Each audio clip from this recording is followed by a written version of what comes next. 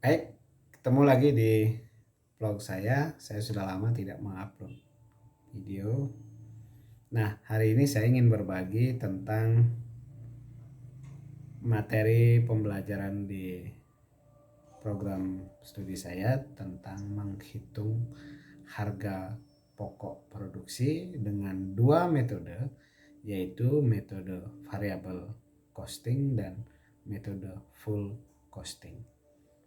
Nah, kedua metode ini tentu memiliki keunggulan dan juga kelemahan masing-masing.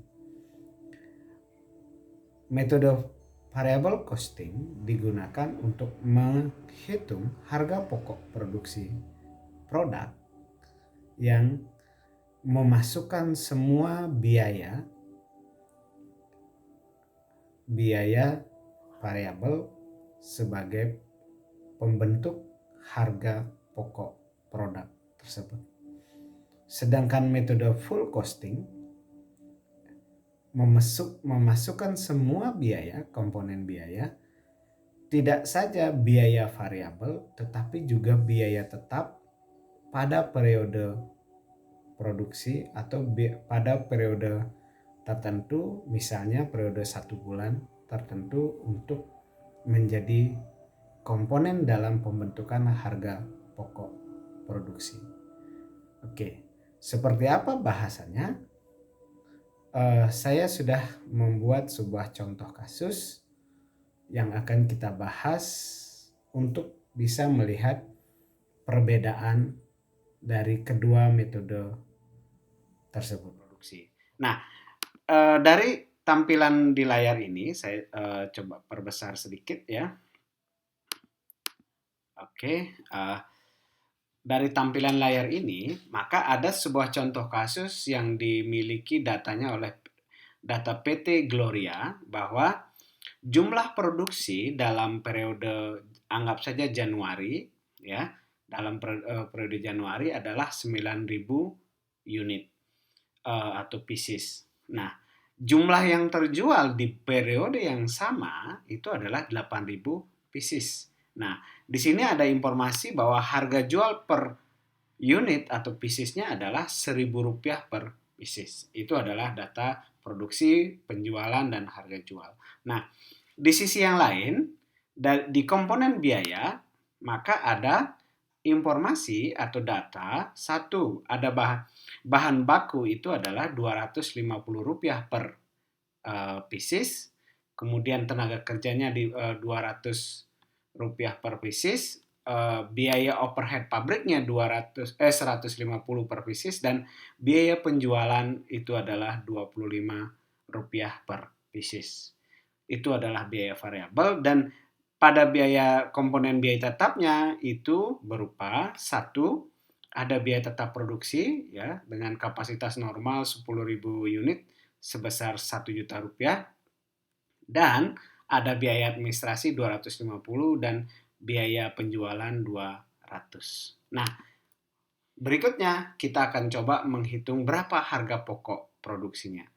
Untuk mengetahui berapa harga pokok produksinya, maka tentu kita harus mengetahui berapa harga biaya variabel total dari keseluruhan produksi. Di sini kita berproduksi dalam periode ini adalah 9.000. Maka yang pertama, bahan bakunya itu adalah sama dengan 9.000 unit yang diproduksi dikalikan dengan harga per unitnya adalah Rp250. Nah, itulah biaya bahan baku secara keseluruhan yang dikeluarkan untuk memproduksi 9.000 unit atau pieces produknya.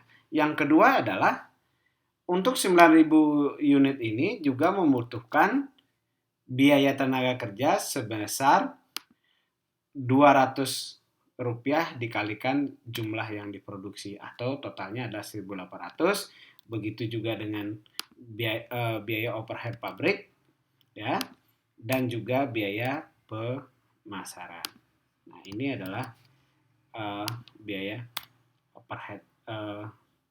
overhead-nya atau biaya variabelnya. Jadi total biaya variabel ini adalah kita jumlahkan sama dengan zone ini.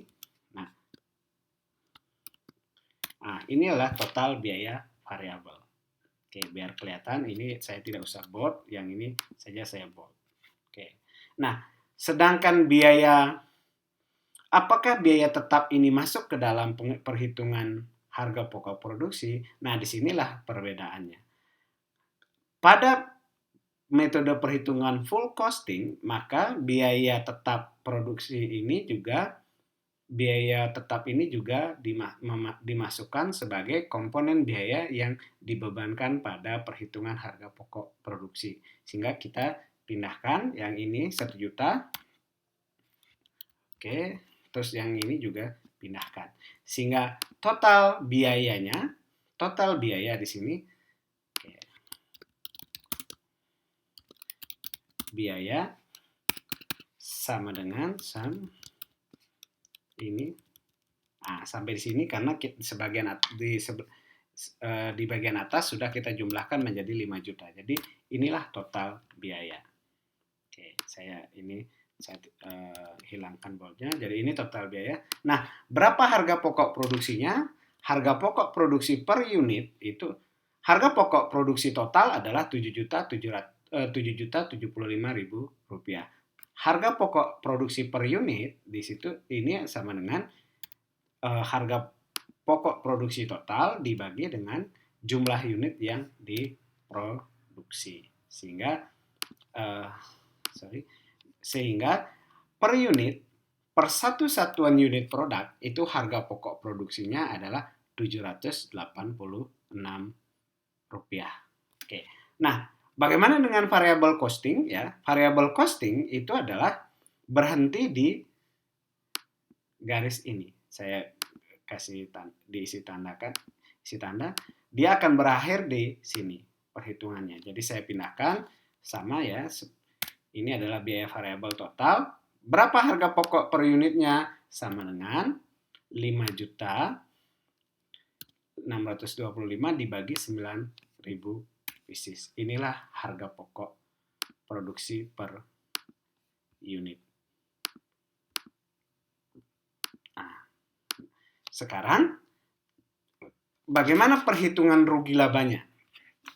Nah, kenapa bisa beda? Karena di sini, kenapa harga pokok produksi variable costing lebih kecil daripada full costing? Karena full costing memasukkan komponen biaya tetap ke dalam harga pokok variabel. Oke, seperti itu. Sekarang pertanyaannya adalah bagaimana perhitungan rugi labanya? Nah, rugi laba, jadi kita akan memasukkan komponen penjualan. Penjualan, berapa komponen penjualannya? Sama dengan berapa di sini? Rp1.000 dikali dengan 8.000 unit yang terjual. Nah, inilah penjualan. Oke. 8 juta rupiah. Berapa HPP-nya? HPP total atau biaya total ya.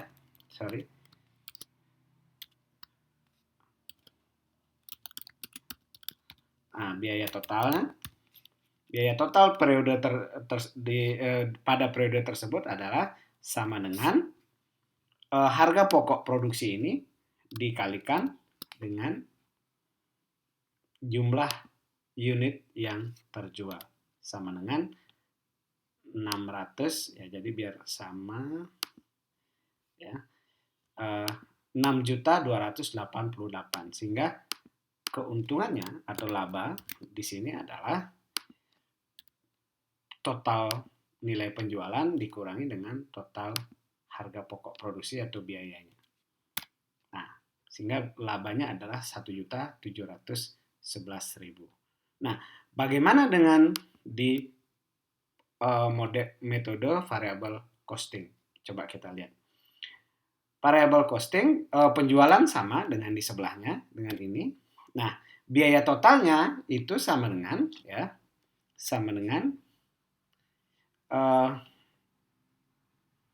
ini ya, harga pokok produksi per unitnya itu dikalikan dengan jumlah yang terjual.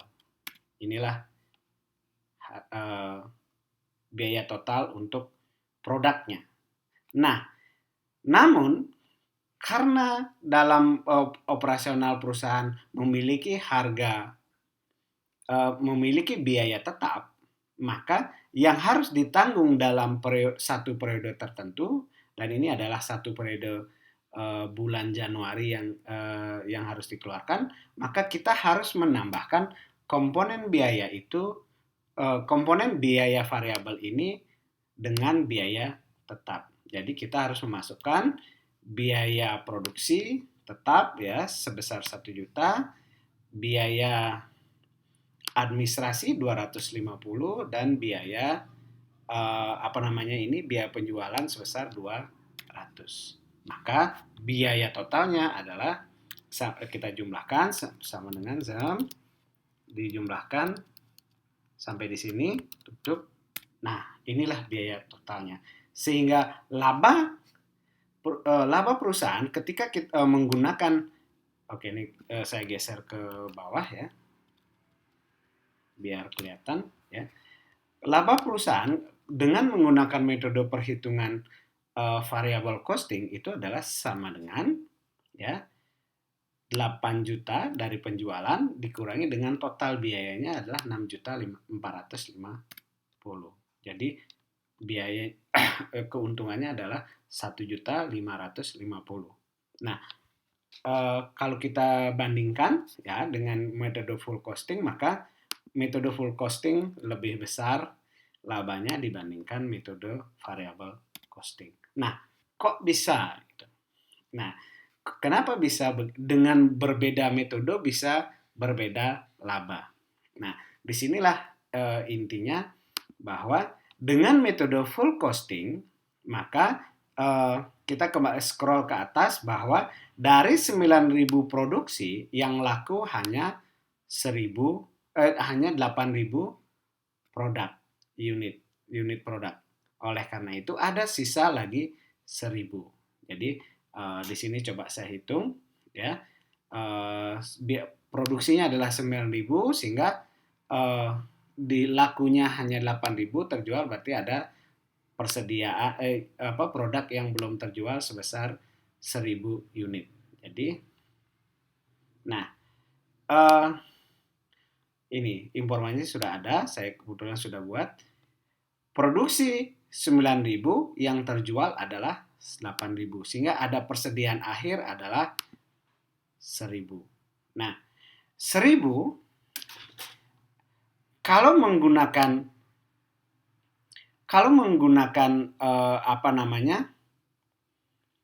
metode full costing, maka nilai persediaannya itu adalah 786.111.000. Dan ketika menggunakan variable costing, nilai persediaannya hanya 625.000. Jadi ada selisih 161.111 rupiah. Sama dengan yang ini. Nah, apa artinya? Artinya adalah nilai real dari barang yang menjadi persediaan akhir dan kemudian akan menjadi persediaan awal, misalnya ini bulan Februari gitu ya. Ya, jadi ada persediaan awal.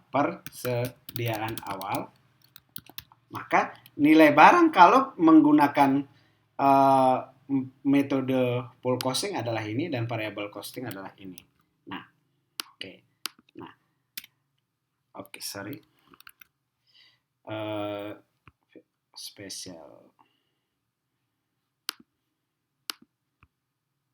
Spesial biar value-nya masuk.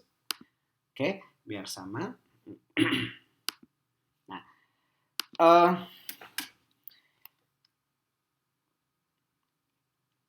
informasi ini menunjukkan bahwa ada 161.111 rupiah komponen biaya tetap atau biaya periode yang terdiri dari biaya administrasi, biaya penjualan, biaya tetap produksi itu ter masih melekat pada produk dan meluncur ke bulan berikutnya. Jadi masih belum terjual. Jadi belum apa namanya beban itu sudah dibayarkan, tetapi belum kembali dalam bentuk penjualan produk karena masih melekat pada produknya. Seperti itu. Sementara kalau menggunakan variable costing yang di sebelah kanan ini, kalau teman-teman scroll dari atas, variable costing sebelah kanan ini adalah nilai murni produknya. Bahwa bulan Februari nanti misalnya berproduksi berapa, dijual berapa, jadi ini adalah nilai murni dari produk yang tersisa dan dijual di periode berikutnya. Tidak lagi produk itu masih harus dibebani dengan biaya tetap. Karena di periode Februari ini juga akan dibayarkan biaya tetap yang sama dengan biaya tadi. Sehingga seolah-olah ini menjadi di bulan Februari terjadi double menanggung biaya.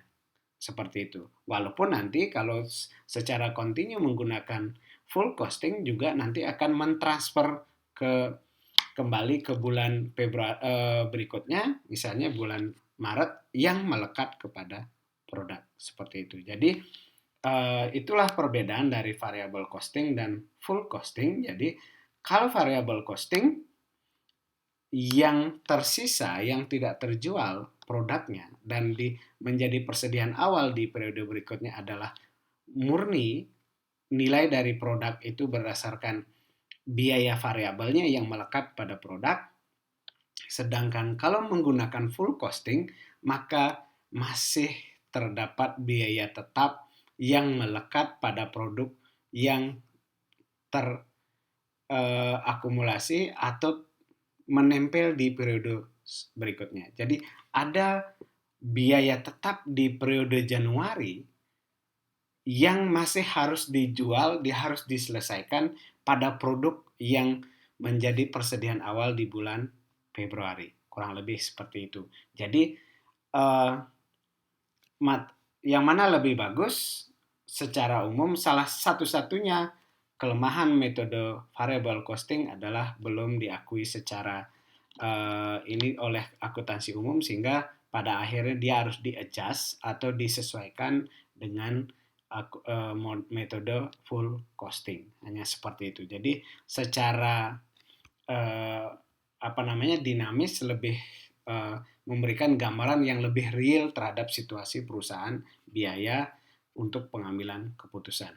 Kurang lebih itu bahasan kita. Mudah-mudahan teman-teman bisa mengikuti bahasan kita hari ini. Terima kasih sudah menonton. Sampai ketemu di video-video berikutnya. Salam.